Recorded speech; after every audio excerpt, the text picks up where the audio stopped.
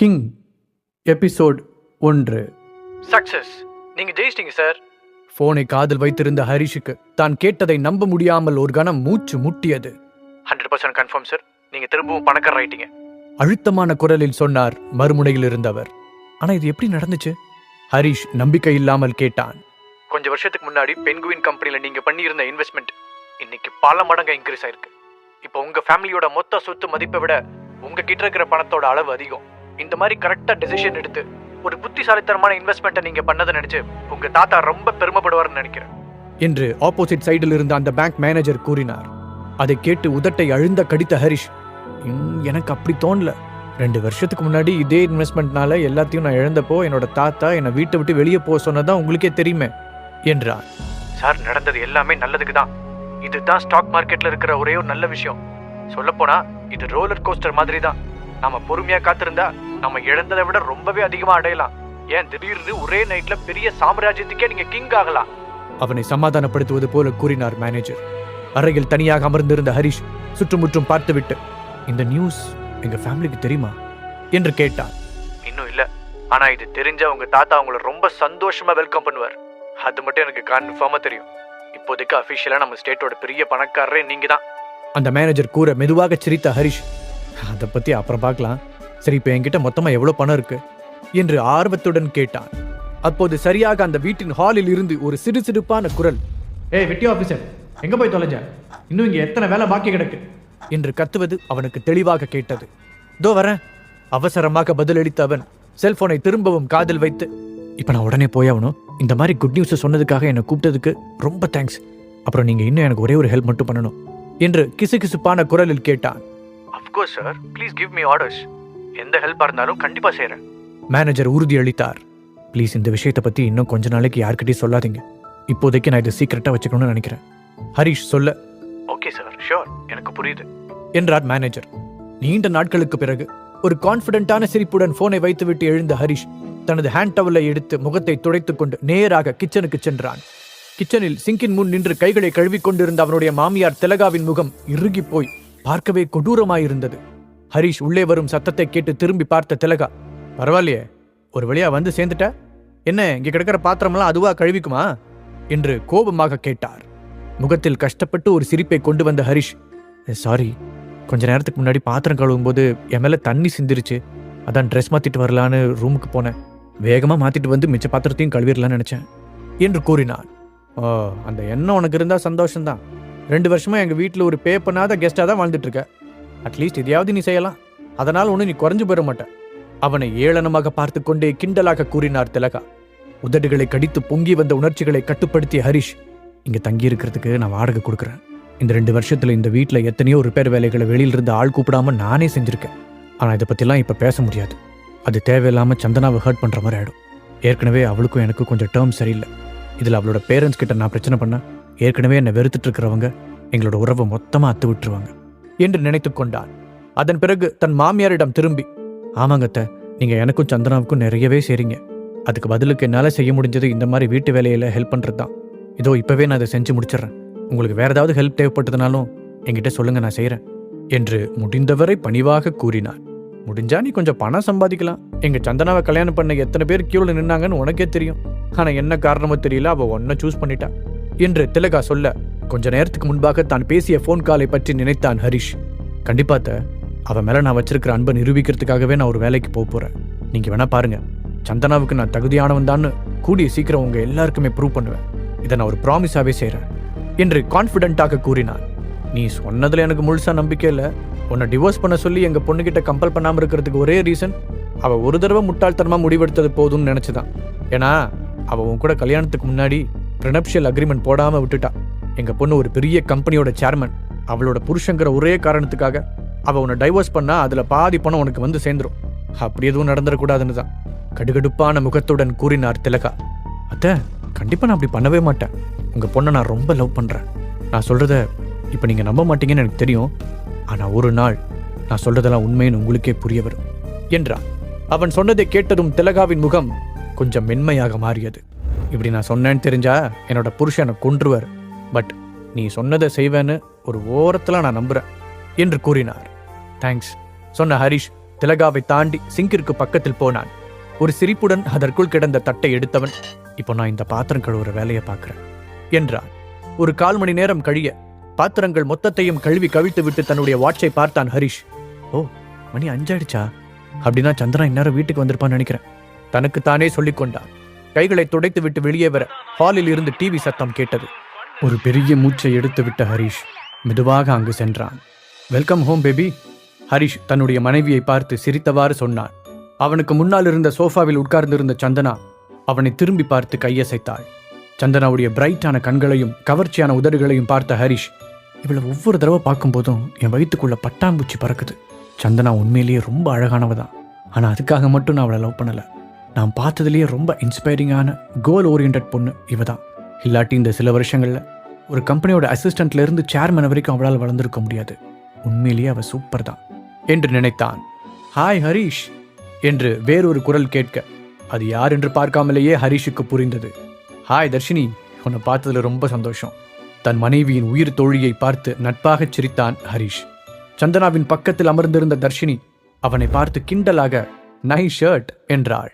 உடனே குனிந்து பார்த்த ஹரிஷ் தன்னுடைய சட்டையில் திரும்பவும் கரையாகிவிட்டதை கவனித்தான். லேசாக முகம் சிவந்தவன், நான் பாத்திரம் கழுவிட்டு இருந்தேன் அதான் என்று பதிலளித்தான். So cute. எங்க வீட்டிலலாம் இந்த மாதிரி வேலையெல்லாம் செய்யறதுக்கு நாங்கள் தனியாக சம்பளத்துக்கு ஆள் போட்டிருக்கோம் என்று ஒரு மாதிரியான டோனில் கூறினாள் தர்ஷினி. அவளை திரும்பி பார்த்த சந்தனா, எல்லாரும் ஒன்ன மாதிரியே வசதியான வீட்டில் பிறக்க முடியாது தர்ஷினி. சில பேர் கஷ்டப்பட்டு வேலை செஞ்சுதான் ஆகணும்.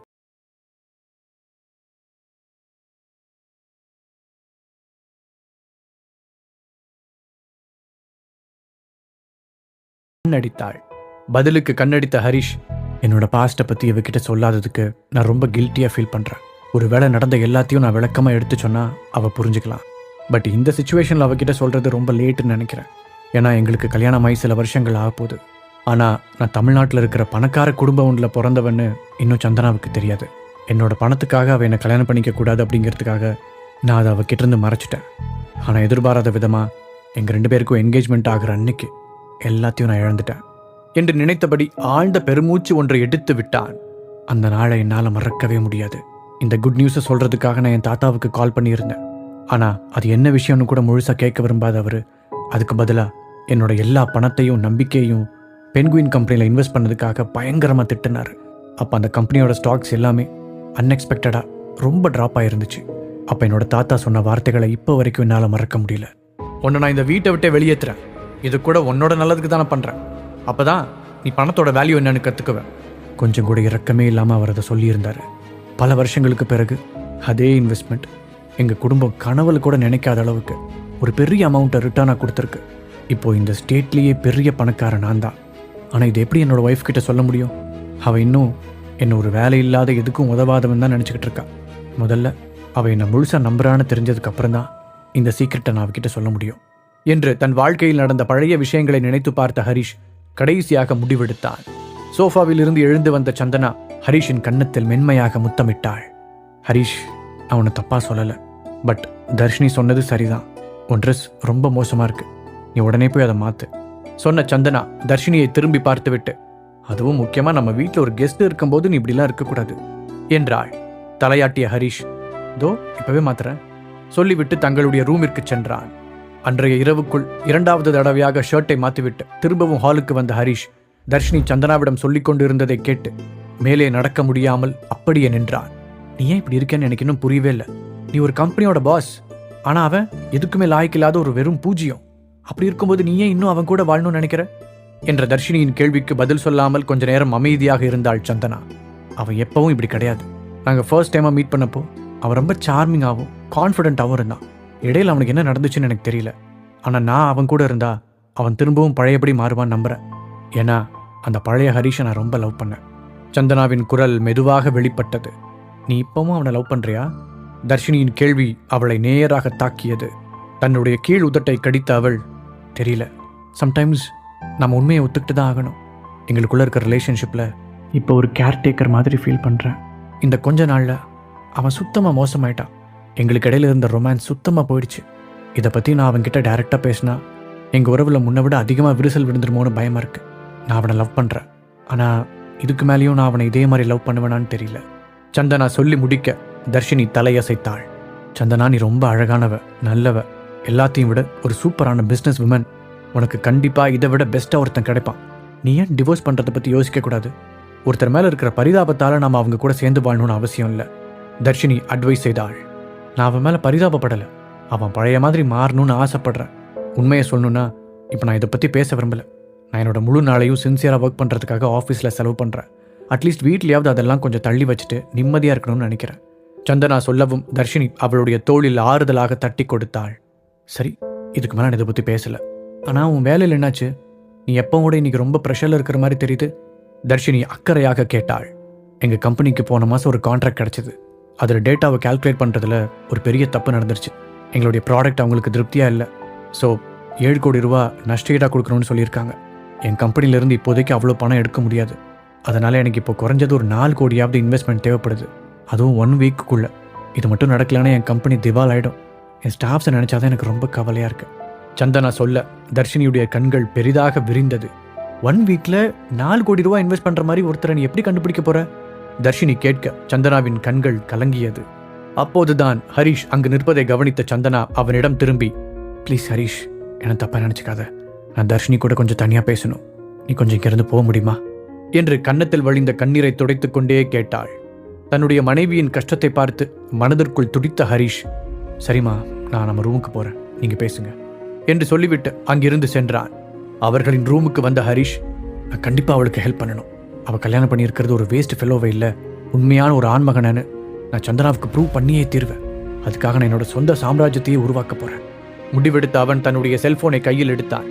அப்போதுதான் தன்னுடைய தாத்தாவின் எஸ்டேட் எண்ணிலிருந்து 10க்கும் மேற்பட்ட மிஸ்ட் கால்கள் வந்திருப்பதை கவனித்த ஹரிஷ் திகைத்தான். ஏன் தாத்தா இத்தனை தடவை கூப்பிட்டுருக்காரு? இந்த 2 வருஷமா அவர் என்னை கூப்பிட்டதே இல்லையே. அவர் என்னை வீட்டை விட்டு வெளியேற்றுறேன்னு சொன்ன அன்னைக்கு லாஸ்ட்டாக அவர் கூட பேசினது. ஒருவேளை இந்த ஷேர் மார்க்கெட் சக்ஸஸ் பற்றி அவருக்கு தெரிஞ்சிருக்குமோ? செல்போன் ஸ்கிரீனையே பார்த்த ஹரிஷ் தனக்குத்தானே கேட்டுக்கொண்டான். அதற்குள் வாட்ஸ்ஆப்பில் அவனுடைய தாத்தாவிடம் இருந்து ஒரு மெசேஜ் வந்ததாக நோட்டிஃபிகேஷன் காண்பிக்க தயக்கத்துடன் அதை ஓப்பன் செய்து படித்தான். ஹரிஷ், நான் உன்னை பற்றி தப்பாக பேசிட்டேன்.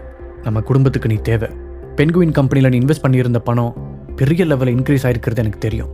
இப்போ அந்த பணம் நம்ம குடும்பத்துக்கு தேவை. நீ மட்டும் ஹெல்ப் பண்ணலைன்னா நம்ம குடும்பம் மொத்தமாக கொலாப்ஸ் ஆகிடும் என்று வந்திருந்த அந்த மெசேஜை முழுதாக படித்தான் ஹரிஷ். 2 வருஷத்துக்கு முன்னாடி இதே கம்பெனியில் இன்வெஸ்ட் பண்ண அதே காரணத்துக்காக ஃபேமிலியிலிருந்து என்னை வெளியே துரத்தி விட்டாங்க. அதுவும் கல்யாணத்துக்கு சில நாட்கள் தான் இருந்த அந்த சிச்சுவேஷனில் அவங்க என்னை சுத்தமாக கழட்டி விட்டுட்டாங்க. ஆனால் இப்போது அதே இன்வெஸ்ட்மெண்ட் பணத்தை வச்சு ஃபேமிலிக்கு ஹெல்ப் பண்ண சொல்லி தாத்தா கேட்குறாரு. இதை நினச்சி பார்த்தா எனக்கு ரொம்ப காமெடியாக இருக்குது, பெயின்ஃபுல்லாகவும் இருக்குது. ஹரிஷ் யோசித்து கொண்டு இருக்கும் போதே திரும்பவும் ஒரு மெசேஜ் வந்து விழுந்தது. ஹரிஷ், நாங்கள் எல்லாத்தையும் இழந்துட்டோம். சில தப்பான இன்வெஸ்ட்மெண்ட்னால நாங்கள் இப்போ திவால் ஆகிற நிலைமையில் இருக்கோம். உனக்கு கிடைச்சிருக்கிற பணத்தை வச்சு எங்களை காப்பாற்று. இந்த ஹெல்ப்பை மட்டும் நீ செஞ்சேன்னா பதிலுக்கு என்னால் முடிஞ்சதை கண்டிப்பாக செய்கிறேன்னு ப்ராமிஸ் பண்ணுறேன். அது மட்டும் இல்லாமல் இது மூலமாக நீ திரும்பவும் நம்ம ஃபேமிலியில் ஒரு மெம்பர் ஆகிடுவேன். திரும்பவும் பழைய ஹரிஷா வாழ்கிறதுக்கு உனக்கு ஆசை